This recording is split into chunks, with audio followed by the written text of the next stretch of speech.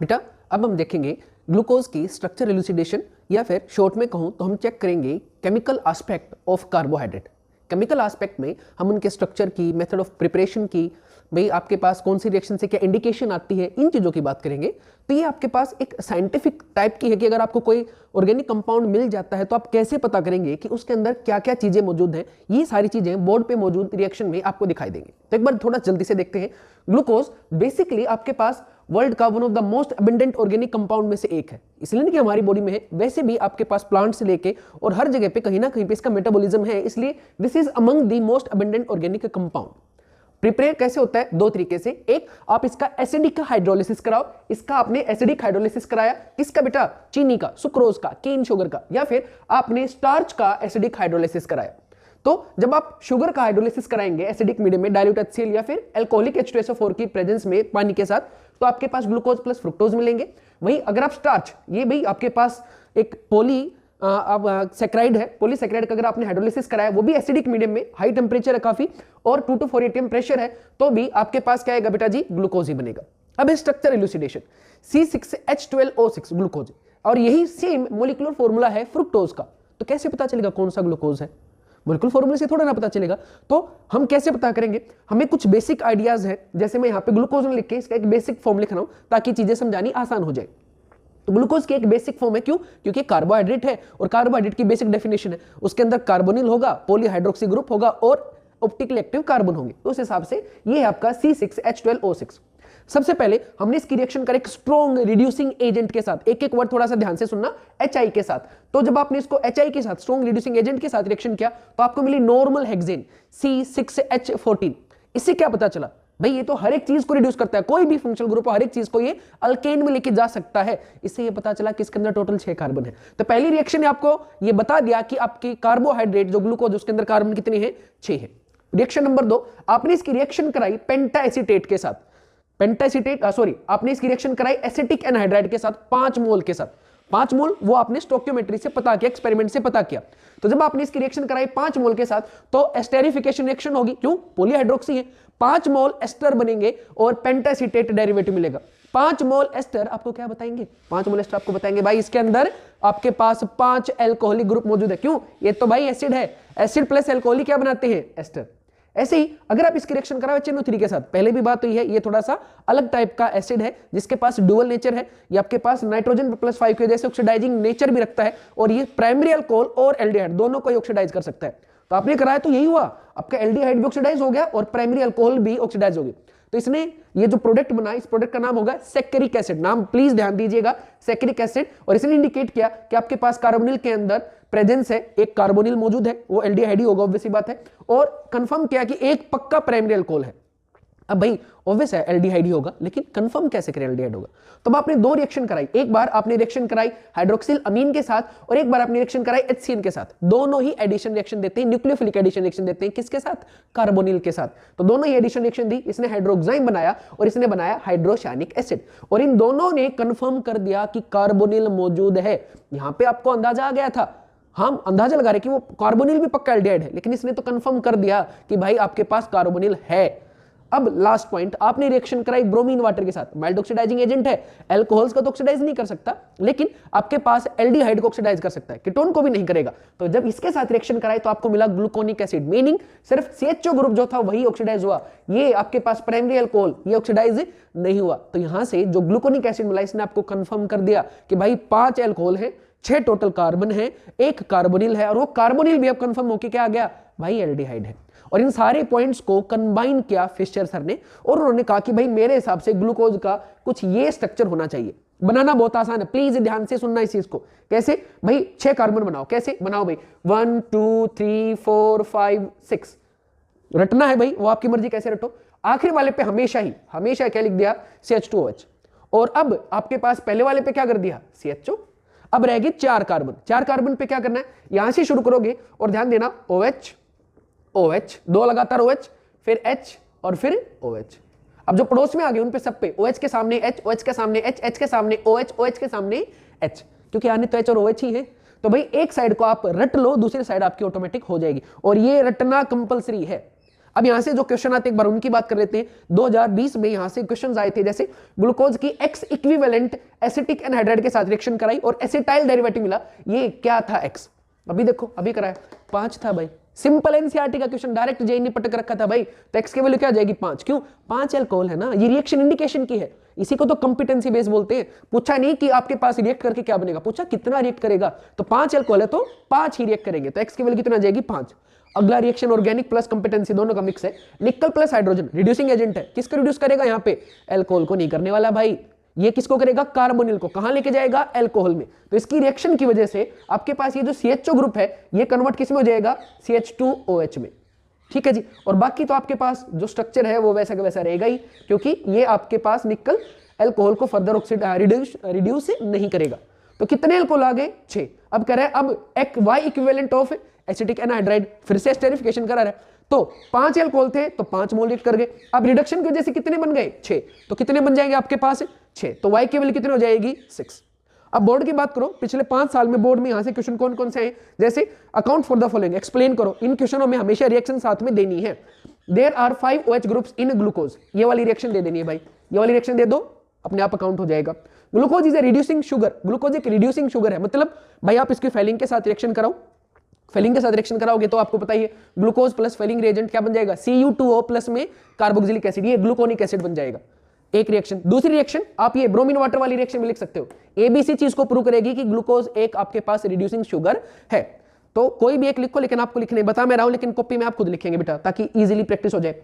ये reaction of glucose showing presence of aldehyde group, फिर से ये वाली लिख दो या फेलिंग वाली लिख दो, क्योंकि फेलिंग सिर्फ एल्डिहाइड ही देता है, ठीक है, ब्रोमीन वाटर भी सिर्फ एल्डिहाइड ही देता है, तो दोनों कोई भी लिख दो, दोनों ही चलेंगी। What happens when glucose react with HNO3? It get converted to HNO3 के साथ रिएक्शन कराए तो सैक्रिक एसिड, और ये 3 नंबर वाली रिएक्शन आप लिख देंगे। तो इसके साथ आपके पास बेसिक इंट्रोडक्शन हो गया। अब बात करते हैं इसके हावर्थ फॉर्म की। बेटा जी इस पार्ट में मैं आपको लिमिटेशन जो बोर्ड में कई बार आया है, और सबसे इंपॉर्टेंट एक छोटी सी ट्रिक कराऊंगा, ट्रिक एक जनरलाइजेशन है, जो करने के बाद आपको ये फॉर्मूले रटने की जरूरत नहीं पड़ेगी, तो प्लीज थोड़ा सा ध्यान से। पहली बात, जो ओपन चेन फॉर्म थी, ये वाली जो फॉर्म थी जो फिशर सर ने दी थी, फिशर की इस प्रॉब्लम थी इस स्ट्रक्चर के अंदर, क्या भाई, जैसे एल्डिहाइड आपको पता है, एल्डिहाइड 2,4-DNP टेस्ट देता है, स्किप टेस्ट देता है, NHSO3 के साथ एडिशन करके व्हाइट PPT बनाता है, लेकिन जब ग्लूकोज के साथ रिएक्शन करा के देखी ओपन फॉर्म के साथ तो कोई भी नहीं दे रहा था। फिर चेक किया गया कि पेंटासिटेट, एक्सपेरिमेंटल प्रूव किए गए, पेंटासिटेट जो बनता है, अभी आपने बनाया था स्टेरिफिकेशन करके जो कराया था, अभी पिछले पेज पे ही बेटा देखो ध्यान से, तो जो पेंटासिटेट आपने बनाया ना बेटा, पेंटासिटेट फर्दर हाइड्रोक्सिल अमीन के साथ रिएक्शन नहीं करता, क्यों भाई, वो तो सिर्फ और सिर्फ 5 कार्बन गए हैं ना रिएक्शन में, OH वाले, सॉरी पेंटासिटेट में आपके पास जो यहाँ ये 5 हाइड्रोक्सी ग्रुप ही तो गए हैं रिएक्शन में, ये तो आपके पास खाली पड़ा है, तो ये क्यों नहीं जा रहा रिएक्शन में, ठीक है भाई, तो ये भी गड़बड़ थी। और लास्ट में आपके पास पता चला कि ग्लूकोज 2 फॉर्म में एग्जिस्ट करता है, जिनके अलग अलग ऑप्टिकल रोटेशन है, एक अल्फा डी ग्लूकोज और दूसरा बीटा डी ग्लूकोज, लेकिन ओपन चेन में तो कहीं अल्फा बीटा नहीं थी भाई। तो पहले 2 पार्ट में हमें बता दिया कि कार्बोनिल ग्रुप है तो, लेकिन वो ओपन नहीं है, अगर ओपन होता तो ये सारी रिएक्शन भी 100% देनी थी।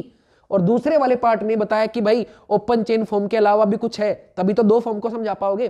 तब हावर्थ सर ने, फिशर की जो ओपन फॉर्म थी उसको हावर्थ सर ने कहा कि भाई शायद ऐसा होता होगा कि आपके पास ये जो कार्बन है नीचे से, सेकंड कार्बन जो है, ये कार्बन आपके कार्बोनिल के साथ रिएक्ट कर जाता हो, और ऑब्वियस है जब आपके अल्कोहल और कार्बोनिल रिएक्ट करते हैं तो क्या बन जाता है आपके पास, तो आपके पास बन जाता है हेमीएसिटल। तो उसने कहा कि पक्का भाई हेमीएसिटल बन रहा है, इसी वजह से आपके पास ये रिएक्शन नहीं हो रही है। और हेमीएसिटल कैसे बना, देखो इस OH ने अटैक किया COOH के ऊपर, अब देखो बेटा C डबल बॉन्ड के ऊपर अल्कोहल का अटैक होगा तो पहले ये इलेक्ट्रोमेराइजेशन में जाएगी, और क्या बन जाएगा O नेगेटिव और कार्बन पॉजिटिव।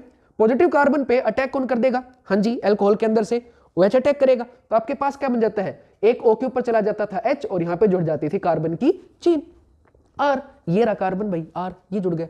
अब इश्यू सिर्फ एक ही है, ये जो OH ग्रुप है भाई, यहां पे कार्बन साफ है, 1 2 3 सिग्मा बॉन्ड है, sp2 है, और अब चौथा बॉन्ड जब बनेगा 1 2 3 और ये बन गया 4, तो sp3 हो जाएगा। तो भाई आपका जो प्लेनर स्ट्रक्चर था वो आएगा 3D में, और 3D में आएगा तो OH या तो लेफ्ट की तरफ लाई करेगा या राइट की तरफ लाई करेगा।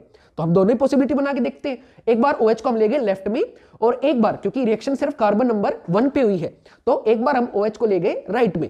बाकी स्ट्रक्चर एग्जैक्ट सेम है। स्ट्रक्चर बनाने का तरीका आपको बताया था, पहले क्या बनाओगे एक बार फिर से देखो, पहले बनाएंगे 6 कार्बन फटाफट से, 1 2 3 4 5 और 6। आखिरी वाले पे हमेशा OH और पहले वाले पे एल्डिहाइड, उसके बाद 2 OH राइट में, एक H और फिर एक OH। अब रिएक्शन किसकी कराई? इसकी कराई। किसके साथ? इसके साथ। यहां से इस तरीके से इसकी रिएक्शन कराई। बहुत ध्यान से समझना बेटा। अब बाकी सबके साथ कोई चेंज नहीं आएगा, सिर्फ चेंज आएगा यहां पे, या तो OH आएगा राइट साइड में, ठीक है जी, या OH जाएगा लेफ्ट साइड में। दो ही पॉसिबिलिटी है, या तो OH राइट में आएगा या लेफ्ट में। जब राइट में आता है तो उसको नाम दे दिया अल्फा फॉर्म, क्योंकि वो अलग निकली, और जब लेफ्ट में आया तो उसको नाम दे दिया बीटा फॉर्म, क्योंकि ये भी अलग निकल गए। तो यहां से निकला है ना भाई कि ओपन फॉर्म नहीं है, क्लोज्ड फॉर्म है, ये बन गई क्लोज्ड फॉर्म। और इसमें 2 फॉर्म एग्जिस्ट कर गई, एक अल्फा डी ग्लूकोज, कौन सी, और एक ही बीटा डी ग्लूकोज। अब अल्फा बीटा किस हिसाब से डिफाइन किए? तो बताया गया कि अगर कार्बन नंबर 1, ये है कार्बन नंबर 1, कार्बन नंबर 1 पे OH ग्रुप राइट में आ जाएगा तो उसको कहा जाएगा अल्फा, और अगर लेफ्ट में आ जाएगा तो उसको कहा जाएगा बीटा। बहुत ध्यान से इंपॉर्टेंट चीज है बेटा। अब इसी को जब पता क्या आवर्त ने था, आवर्त ने कहा भाई ये जो फॉर्म है ना ऐसे एग्जिस्ट नहीं करती, वो आपके पास एक हेट्रोसाइक्लिंग पायराइन को रिजेंबल करती है, वैसी ही प्रॉपर्टी शो करती है। इसलिए उसने कहा कि इनको ऐसे ड्रॉ ना करके हम पायरानोज फॉर्म में ड्रॉ करेंगे। हावर्थ ने अपनी खुद की प्रोजेक्शंस दी, स्ट्रक्चर्स दी। अब ध्यान से, पायराइन ऐसा होता है बेटा, तो हम भी ऐसे ही बना देंगे, ये बना दिया। अब ये फॉर्म आपको रटनी है, ये वाली फॉर्म आपको रटनी है भाई, ठीक है जी। इस फॉर्म से ये कैसे बनेगा? कुछ नहीं भाई, आपके पास 5वां कार्बन और पहले कार्बन पे रिएक्शन करानी है, बाकी किसी को छेड़ना नहीं है, कुछ नहीं करना है। अब लास्ट चीज, उसको हावर्थ में कैसे कन्वर्ट करें सर? इसमें तो ऐसे ऊपर नीचे फंक्शनल ग्रुप आएंगे, तो एक बिल्कुल सिंपल प्रॉपर्टी आपके पास, बिल्कुल सिंपल, और वो है भाई आपके पास ब्लू ड्रा। छोटी सी ट्रिक है, ब्लू ड्रा। बी यहां पे बीटा है, एल यहां पे लेफ्ट, क्या बीटा में हमेशा OH कहां पे जाएगा? लेफ्ट में, और लेफ्ट की चीजों को हमेशा हावर्थ फॉर्म में ऊपर लिखते हैं, यहां यहां यहां यहां और यहां।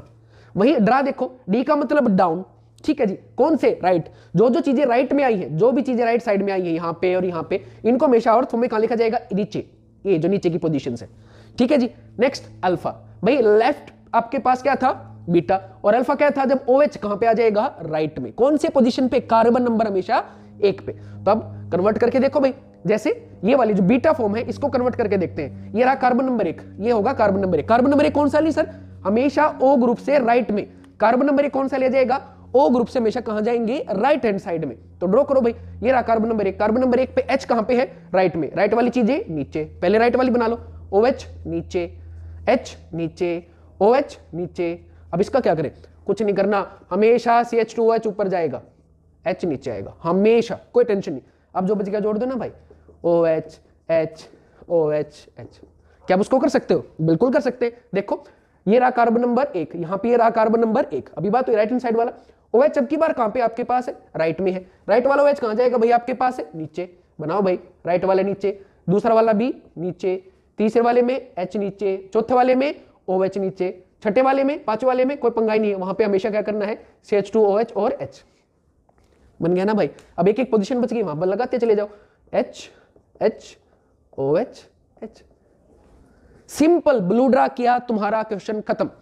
अब इसी चीज के लिए, प्रैक्टिस के लिए, अपने सिलेबस का दूसरा, उसकी लिस्टिडेशन नहीं है, बस उसके स्ट्रक्चर्स अपने सिलेबस में है। वो क्या है? फ्रुक्टोज।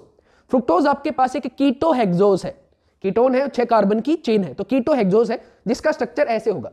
अगर बनाना चाहो तो ये भी बिल्कुल सिंपल है। कैसे बनाओगे बेटा? एक बार देखो, अभी आपको करके दिखाता हूं कैसे बनेगा ये। देखो आराम से, शांति से। इसमें भी आपके पास 6 कार्बन होंगे, बना दिए भाई 6 कार्बन, 1 2 3 4 5 और 6। आखिरी वाले जो दोनों है, 1 2 3 4 5 6, ठीक है। और पहले वाला जो है उन पे हमेशा क्या आएगा? CH2OH। कीटो हेक्सोज है, ये आ गया कीटोन। अब बिल्कुल वही काम करना है, OH। देखो ध्यान से भाई, OH OH, 2 लगातार, इसमें भी वही था, 2 लगातार OH थे भाई नीचे से, इसमें भी वही है, नीचे से 2 लगातार क्या है? OH। उसके बाद H। एक साइड को याद करो, दूसरी ऑटोमेटिक हो जाएगी, ठीक है जी। अब इसमें भी आपके पास क्या होगा? रिएक्शन होगी। इसकी भी ओपन चेन फॉर्म ठीक नहीं थी, तो ओपन चेन फॉर्म से हमने इसको किस में कन्वर्ट किया?